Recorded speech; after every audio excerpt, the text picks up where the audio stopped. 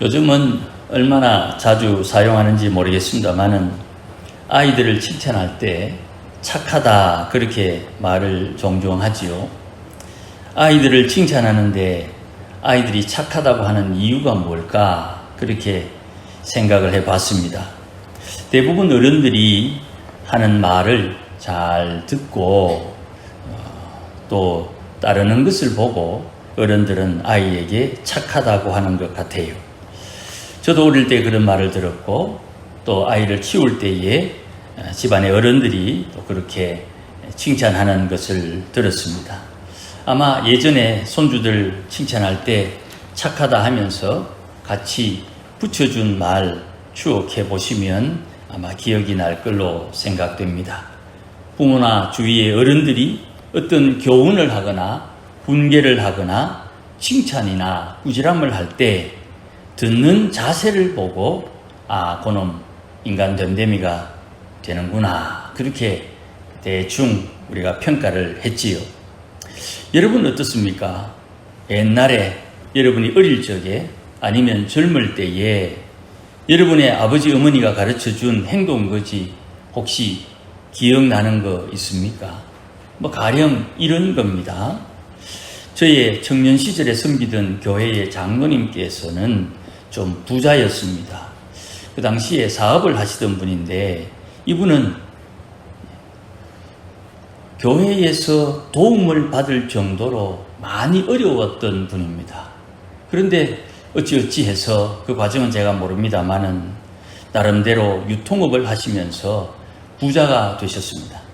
청년부 고문 장로님이셨는데 언제 특강을 하시면서 이런 이야기 저런 이야기 여행 다녀온 이야기 이런 거 말씀하시다가 두 가지를 이야기해 주셨는데 그게 제 기억에 잘 남아 있습니다. 첫 번째는 그분이 부자 욕하면 부자 안 된다는 말씀을 해 주셨어요. 두 번째는 헤어질 때 잘 헤어져라 그런 말씀을 하셨어요. 지금 생각해 보면 다 의도가 있었던 걸로 생각됩니다. 부자 이야기는 자기가 진짜 가난하다가 부자가 되어 보니까 주위의 부자들하고 어울리잖아요. 주위에 어울리는 부자들을 이해를 하게 되는 거예요. 부자의 고충을 이해하면서 없는 사람들은 있는 사람을 있다고 아무렇지 않게 욕을 하는데 부자가 되려면 부자 욕하지 않고 부자를 이해해야 된다. 그런 이야기를 젊은 청년들에게 해주신 것 같아요. 두 번째 헤어지는 이야기는 청년들이 연애하다가 헤어지는 것을 아마 염두에 두고 하신 것 같아요. 신앙을 가진 청년들이 교제를 하다가 혹 헤어지더라도 신앙을 잃어버리지 않도록 헤어질 때 잘 헤어져라. 그렇게 미리 다독거리는 말씀이었던 것 같아요. 이런 것들이 인생 사는데 아주 도움이 되고 지침이 됩니다. 또 이렇게 순종하는 것 혹시 우리 마음에 오해가 있을 수 있습니다. 이래 살면 천국 간다. 그런 행함의 기준은 아닙니다. 우리가 이 땅에 사는 동안 이런 지혜를 가지고 자기 스스로를 잘 처신하는 겁니다.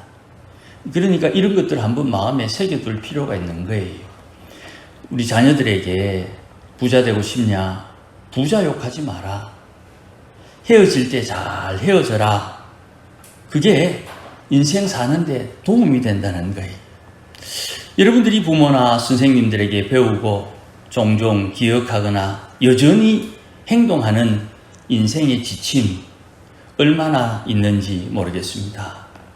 또한 여러분들이 자녀들이나 손주들에게 가르치고 잔소리처럼 지금도 이야기하는 인생의 지침은 어떤 것이 있는지 궁금하기도 합니다.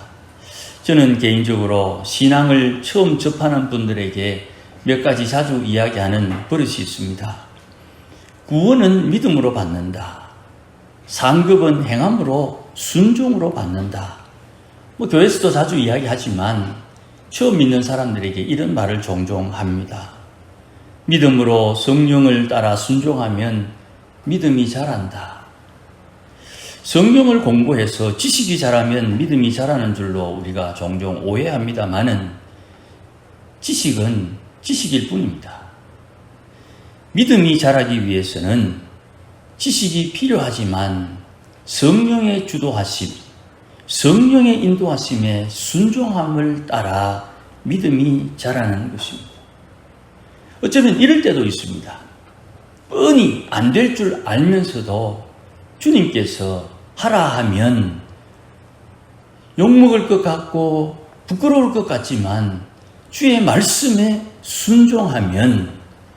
순종함에 부끄러운 일을 당하고 다른 사람에게 핀잔을 받아도 그 일을 통해서 하나님은 하나님의 준비하신 은혜와 복을 우리에게 제공해 주십니다. 신앙의 비밀을 알려면 기도해야 된다. 이런 것들이 제가 처음 신앙을 접하는 분들에게 종종 하는 말씀이고, 또 외부의 사람들과 만나면 집사님 중에도 권사님 중에도 때로는 장로님 중에도 이런 말을 해줘야 되는 분들을 종종 만납니다. 언젠가 언급을 했던 것처럼 상주에서 오셨던 어떤 집사님, 그분에게 이런 내용의 말씀을 한 20분 정도 말씀을 드렸더니 그분이 제게 해주는 말씀, 참 오랜만에 꾸지람 들었다, 뭐 그런 말을 해주시기도 하십니다. 어쨌든 우리가 누군가에게 가르치는 것, 잔소리처럼 하는 그 인생의 지침이 각자에게 다 있다는 것, 그것을 부모들에게, 선생님들에게 배워서 지금도 내가 기억하고 행동하고 또 나도 누군가를 가르치는 그런 지침이 있다는 것입니다. 달리는 말에게 재갈을 물려서 말을 제어합니다. 더 빨리 달리게 하기도 하고 서게 하기도 하지요. 오늘 본문에 나오는 것처럼 배를 움직일 때 작은 키를 가지고 사공이 배를 자유롭게 운행합니다. 그런 것처럼 사람은 말로서 사람의 인생을 제어합니다. 사람은 자기가 한 말로 자기를 제어하기도 하고 짐승과 새, 벌레, 바다 생물도 길들이기도 하는 것입니다. 하지만 사람은 누구도 자신 있게 자기의 혀를 길들였다고 하는 사람은 거의 없는 것 같습니다. 그래서 우리가 그냥 두루뭉술하게 사람은 말 조심해야 된다, 그렇게 이야기를 합니다. 사람이 말을 조심해야 되는 이유를 혹시 여러분 아십니까? 말을 했으니까 책임을 져야 하기 때문이라고 생각을 하겠습니다만은 실상은 그렇지 않습니다. 사람의 말은 그 사람의 마음을 드러내기 때문에 말을 조심해야 되는 겁니다. 정치인들 욕합니다마는 정치인들이 말해놓고 또 확 뒤집어서 말하고 그런 거 보면 사람이 저래가 되겠나 그래 말하지만 조용히 나도 그럴 때 많습니다. 사람마다 다 그래요. 다만 그 자리가 어떤 자리냐에 따라 달라지는 것이지요. 업장이 하는 말과 군수가 하는 말, 그 무게감이 다르지요. 그 군수의 말도 그런데 도지사나 장관이나 대통령이나 군대의 장군이나 경찰의 총수가 하는 말은 더더욱 무게감이 다른 것이지요. 그러니까 사람이 말을 했으니까 말에 책임을 지시오. 솔직하게 어떻게 책임집니까? 고작 돈 몇 푼 내놓고 고작 미안하다, 죄송하다, 뭐 그런 말이 전부예요. 책임을 어떻게 집니까? 상처가 난 정도면 치료해주고 보상해주는 것으로 뭐 이렇게 책임을 진다고 하지만 사람이 죽게 되면 그 책임을 도대체 어떻게 질 수 있겠습니까? 말 조심을 해야 하는 이유는 그 말을 통해서 그 사람의 마음 상태가 드러나기 때문이에요. 사람의 마음이 드러난 뒤에 마음과 같은 행실이 없으면 지탄을 받는 것입니다. 사람의 마음은 말로 드러내는 거예요. 자, 그러면 우리 마음에 하나 깨달음이 와야 됩니다. 하나님은 사람의 중심을 본다. 마음을 본다. 말하지 않아도 하나님은 사람의 마음을 알고, 사람이 마음을 알 수 없지만 대화하면 그 사람의 마음이 깨끗한지 더러운지 안다 이 말입니다. 하나님은 사람이 하는 말로 그 사람의 마음을 사람이 알 수 있도록 조치를 해 두셨다는 거예요. 하나님은 그 사람의 마음을 직접 읽지만 사람은 직접 읽을 수 없으니 대화를 통해서 다른 사람의 마음을 느끼고 깨닫고 드러나게 하시는 거예요. 그러니까 앞에서 하는 말, 그 말을 우리는 주로 듣습니다만은 사실은 어떤 사람이 무심결에 혼자 하는 말을 들을 때 그 사람의 마음을 알아차릴 수가 있는 거예요. 혼자 하는 말, 무심결에 하는 말, 나도 모르게 내 속이 튀어나올 때 그 사람의 마음이 깨끗한지 깨끗하지 않은지 눈치챌 수 있다 이 말입니다. 하나님께서 정하신 질서에 대해서 제가 종종 말씀을 드렸지요. 이건 하나님이 정하신 질서와 함께 하나님께서 일하는 방법이기도 합니다. 5가지를 제가 말씀을 드렸습니다. 사람의 몸을, 제 몸을 중심으로 머리, 하나님과 나와의 관계, 내가 하나님이 어떤 분인지를 알아야 하나님이 일하시는 것을 깨달을 수 있고 하나님이 일하시는 방법에 맞추어서 내가 순종할 수가 있는 거예요. 오른쪽, 제가 오른쪽, 여러분의 왼쪽, 하나님과 이웃과의 관계. 내가 이 세상을 살아가는데 반드시 이웃과 관계를 부닥치면서 사는 거예요. 또 내가 이 땅에 사는 동안 왼쪽에, 여러분의 오른쪽에 세상에 사는 이 피조세계의 물질들과 어울려서 사는 거예요. 자연 속에서 산다 이 말이에요. 하나님을 알고 사람과 자연 속에, 하나님의 피조세계 속에 우리가 어울려져 사는 거예요. 그리고 놓치지 말아야 되는 것, 하나님께서 나를 창조하셨기 때문에 내 몸에 심어두신 하나님의 질서가 있어요. 이 질서를 가지고 한의학자들은 한방으로, 양의사들은 양의로 사람의 몸을 고치고 치료하고 보존하는 거예요. 이를 위해서, 사람의 몸을 위해서 이 물질들을 사용하는 것입니다. 나무를 가지고 침대를 만들고 철근을 가지고 가공을 해서 집을 만듭니다. 물질을 사용합니다. 금은 어떻게 되고 은은 어떻게 되고 쇠는 어떻게 강하게 하고 그것을 느리고 줄이고 강하게 하는 방법이 다 질서에 속하는 거예요. 그 사물마다 고유한 본질, 기능이 있다는 거예요. 이것을 사용해서 사람이 이 땅에서 하나님의 형상으로 지음받았으니 하나님의 일을 행하는 방법, 도구로 사용하는 거예요. 그러니 하나님 앞에서 나는 하나님을 어떻게 이해하는가? 하나님의 성품은 어떤 것인가? 이거를 깨닫고 배워야 되는 거예요. 사람이 대화를 통해서 상대방의 인격을 깨닫고 이해하듯이 하나님의 말씀으로 하나님의 성품을 깨닫고 하나님과 기도하며 소통하면서 하나님의 뜻을 알게 된다는 거예요.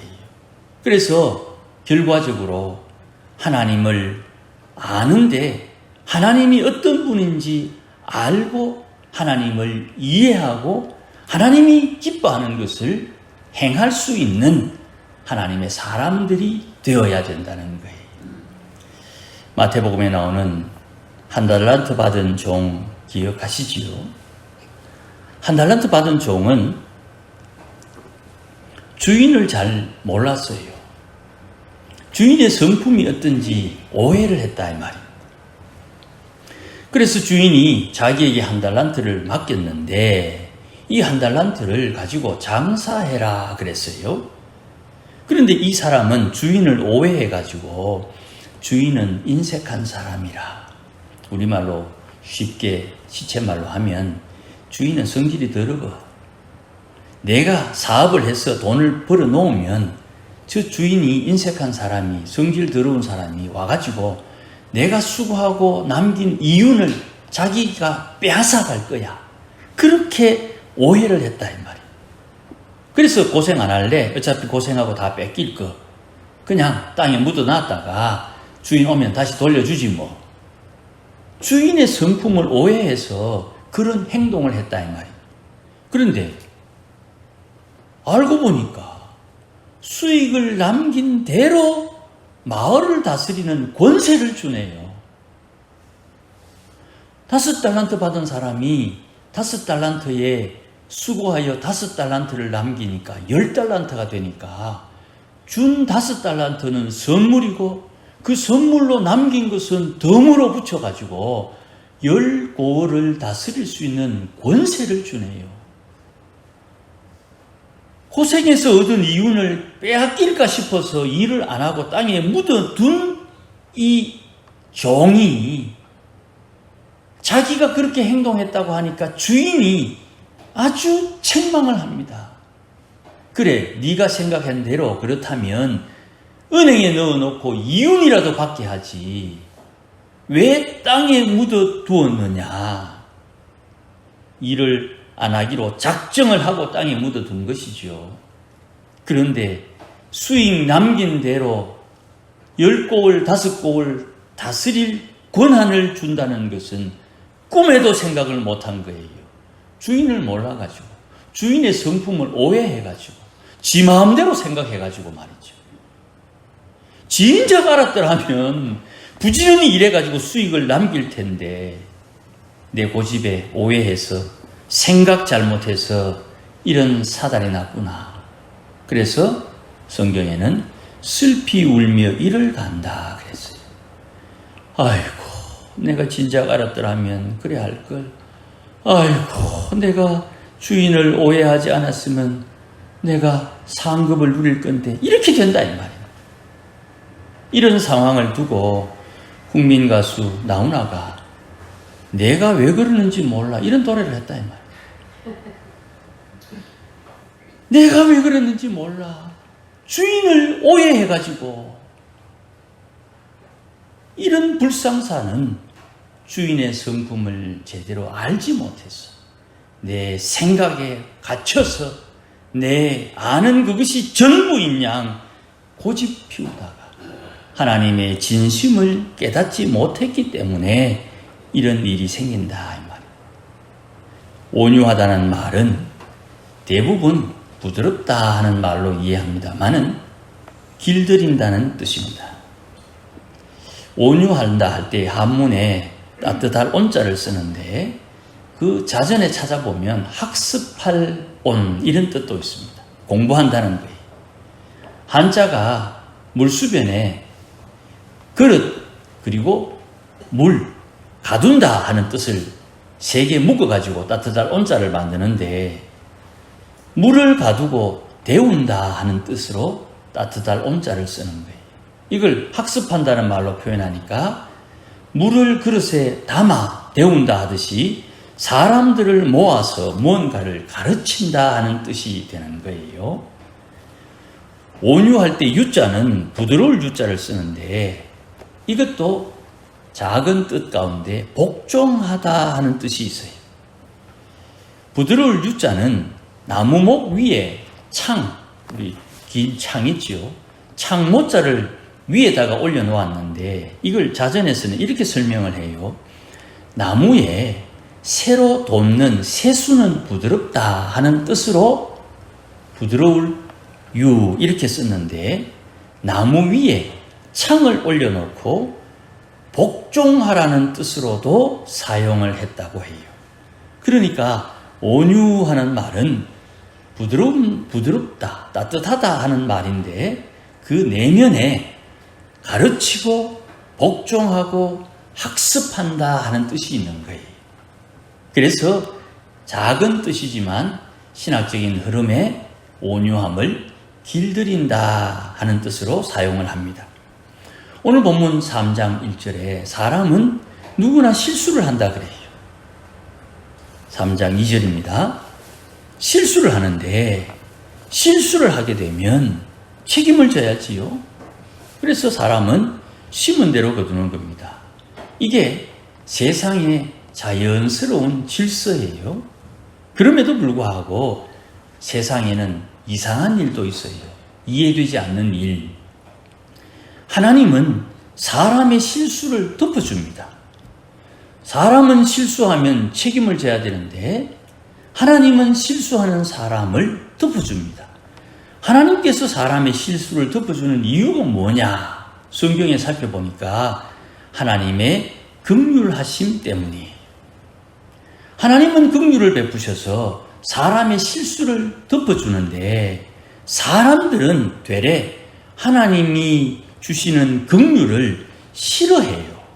이게 참 이해가 안 됩니다. 하나님이 긍휼을 베풀면 아이고 감사합니다 하고 받으면 되는데 하나님이 주신 긍휼을 싫어하더라 이 말. 그리고 긍휼을 받은 뒤에도 이 긍휼을 사람은 자기 위주로 사용하는 것을 봐요. 하나님께서 허물과 실수를 덮어주는데 허물과 실수를 덮어주는 걸 자기 합리화에 사용한다 이 말. 그러니까 나는 하나님 앞에 긍휼을 입어서 실수를 덮어주는 은혜를 받고 너는 실수한 것 안 된다 이 말이에요. 예수를 믿어 구원받은 성도가 신앙생활을 하면서 순종을 배우지 못하면 하나님의 긍휼을 받고서도 그 긍휼을 자기 위해서 사용하는 거예요. 하나님의 사랑, 하나님의 은혜를 받았으니 나도 다른 이에게 은혜를 베풀어야 되겠다는 생각은 고사하고 내가 받은 은혜를 나를 위해서 사용하더라 이 말이에요. 그래서 오늘 본문에 혀를 쉬지 않은 악이고 죽이는 독이다 이렇게 표현합니다.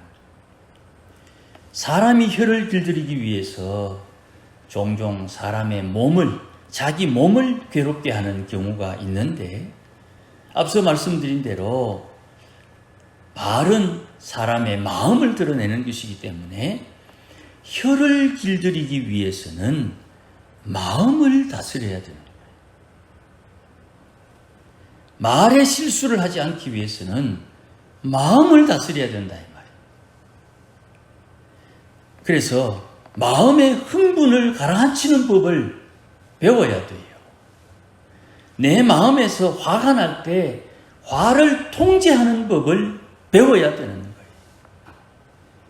더 나아가서 내 마음으로 하나님의 말씀에 순종하는 법을 배워야 되고 성령의 인도하심을 따르는 순종을 배워야 되는 거예요. 내 마음을 다스려야 내 혀가 실수하지 않는다 이 말이에요. 내 마음을 다스리기 위해서 세상의 마음보다 더 부패한 것이 없다고 예레미야가 말을 했는데 그 부패한 마음을 어떻게 다스릴 수 있느냐? 하나님의 계명 새기는 것 외에는 답이 없습니다. 하나님의 계명을 내 마음에 새겨서 해야 하는 것과 하지 말아야 하는 것을 그 기준을 뚜렷이 내 마음에 새겨야 돼요. 그러니까 옛날에는 주의 말씀을 돌비에 새겼는데 새 시대에는 신비에 마음비스게 주의 계명을 새긴다. 이건 바울이 우리에게 알려준 비밀이에요. 겉사람은 후패하나 속사람은 날로 새롭게 된다. 어떻게 속사람이 새롭게 됩니까? 계명이 마음에 새겨져야 돼요. 계명을 새기지 않으면 오늘 본문 말씀처럼 8절에 혀는 능히 길들일 사람이 없다. 사람이 하지 못하는 것 하나님이 하시는데 하나님이 주신 방법, 계명을 마음에 새겨. 혀를 길들일 사람이 없는데 혀를 길들이지 못한 사람은 쉬지 않은 악이요 죽이는 독이 가득하다. 온유하다는 것의 핵심은 하나님께서 너희에게 땅을 주겠다.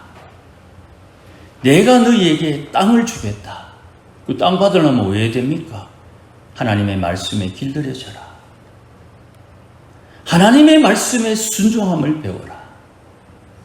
히브리서 4장 믿음으로 행하지 않으니 순종함을 배우지 못해 광야에서 40년 방황하던 그 출애굽 1세대는 망했다. 옛날의 일을 기록한 이유는 나중에 믿는 너희에게 교훈이 되기 위해서 기록했다 했으니 하나님 앞에 믿음으로 살았던 수많은 믿음의 선진들의 행실을 통해서 우리가 마땅히 배워야 할 것을 배워야 됩니다. 은연중에 무심결에 나도 모르는 사이에 내 입으로 툭 튀어나오는 말, 내 마음을 드러내는 말이에요. 내가 실수해서 튀어나오는 말도 하나님의 은혜 안에서 벗어나지 않는 하나님의 사람들이 되기 위해서 온유한 사람이 되어야 되는 거예요. 주님께서 우리에게 강제로, 구원받은 성도들에게 강제로 멍에를 메우셨습니다. 그 멍에를 메고 겸손함과 온유함을 배워야 되는 거예요. 겸손한 사람 주님께서 높이신다 말씀하셨습니다. 입술이 겸손하다고 겸손한 게 아니고 입술을 통해 드러나는 그 마음이 겸손해야 겸손한 사람이 되는 거예요. 사람들은 말하는 거 듣고 어이구 저 사람 참 겸손하다 말하지요. 그런데 나는 알아요. 내가 겸손하지 않다는 걸. 저 사람은 저 사람이 알아요. 지가 겸손하지 않다는 걸. 겸손한 척하니까 사람들이 속아서 겸손한 줄 알지. 주님도 그 마음을 안다 이 말입니다. 누구를 겸손한 자를 높이 세웁니까? 마음이 겸손해야 되는 거예요. 이 은혜가 남의 것이 아닙니다. 우리 것이에요. 우리가 이 은혜를 누리고 이 은혜에 따라 순종함으로 주님이 약속하신 복을 누리는 거예요. 그러니 우리 모두가 다 우리에게 주신 이 은혜, 약속, 이 우리에게 주신 선물을 잘 간직하고 잘 사용하고 활용해서 하나님의 약속의 복을 누리는 모든 주의 백성들이 되시기를 예수님의 이름으로 축복합니다. 기도하십시다. 주님 감사합니다. 어리석은 사람들입니다. 그래서 우리 방법으로 하나님을 잘 섬기려고 애를 쓸 때가 종종 있습니다. 그때마다 주님께서 말씀으로 깨우쳐 주시고 깨닫게 하소서. 하나님의 말씀이 우리 마음에 새겨짐으로 무릇 지킬 만한 것보다 네 마음을 지키라 하셨고 구원이 마음에서 난다 하셨으니 주의 생명의 말씀, 주의 계명 마음에 새겨서 하나님 계획하신 그 일이 잘 이루어지도록 역사하여 주시옵소서.